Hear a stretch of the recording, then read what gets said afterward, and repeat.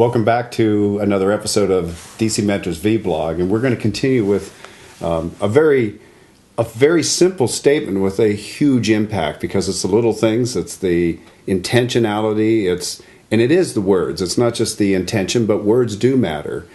One of the things that your close that I wish you were coaching me when I was in practice, but I was in practice and I probably wasn't listening to you that much. But your close, I came up with my own, but there is nothing like yours, which is there anything else I can check?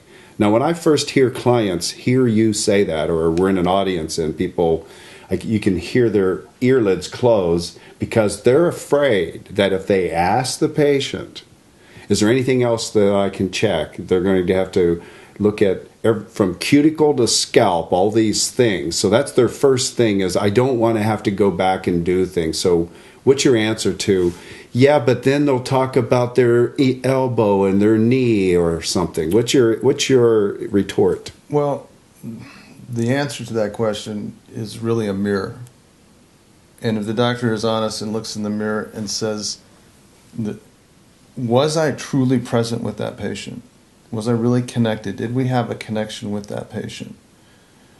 And if he is really honest, or she is really honest with themselves and says yes, that question doesn't come up very often. The question meaning, or the pushback idea? Or no, the request to check a cuticle or a hangnail or a pinky or an earlobe or whatever. If the doctor is not present, that question comes up all the time. Because the patient's going, what have you done for me? You weren't here. You didn't listen to me. You didn't hear what I told you. You didn't. It was my right knee, not my left knee. You worked on my left knee. Oh, yeah. You weren't here. You didn't connect. And the patient doesn't understand how to verbalize their dissatisfaction politely to the doctor. How do they do it? They ramble on, ask you to check your cuticle. And then how do they do it? Then they leave. They vote with their feet. And they leave. So when the close, the doctor's responsibility of the close is to understand the closes for the patient. It gives them the opportunity to have completion of that adjustment visit. The close gives the doctor the ability to do that in 90 seconds and do a complete and thorough job and never get asked or the complaint that you didn't spend enough time with me, doctor. So I've watched you adjust a lot, and I was in your office one day and I got to hear, is there anything else I can check? And the lady pointed to somewhere around C3 or 4 or in this area and said, there's something stuck, doc. Could you just look at that? And I remember you going in and saying, sure, let's take a peek. Do you remember the verbiage? That episode? It was let me say what I heard from her standpoint and mine was because that happens every day.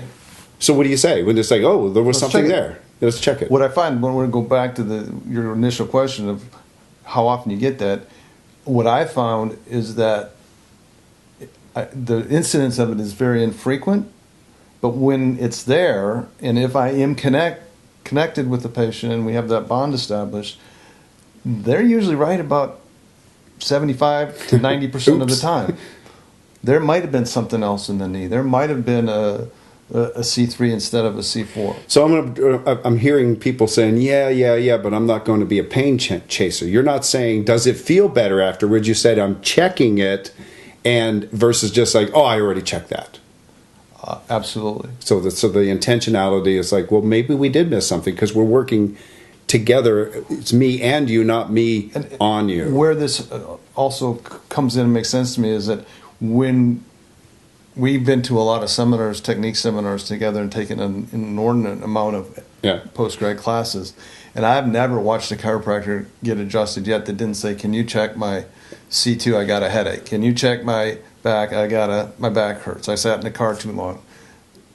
You got to address why the patient is there. Honesty. And then say, are you still there? Did we satisfy that? So I do remember you saying, you're right, there's something hanging up there. There was this little ledge and that thing was up and we reached for it, we got it. Thanks. See you Monday. And then you don't go, is there anything else? Right. A little bit of a gem there, kids. See you next time.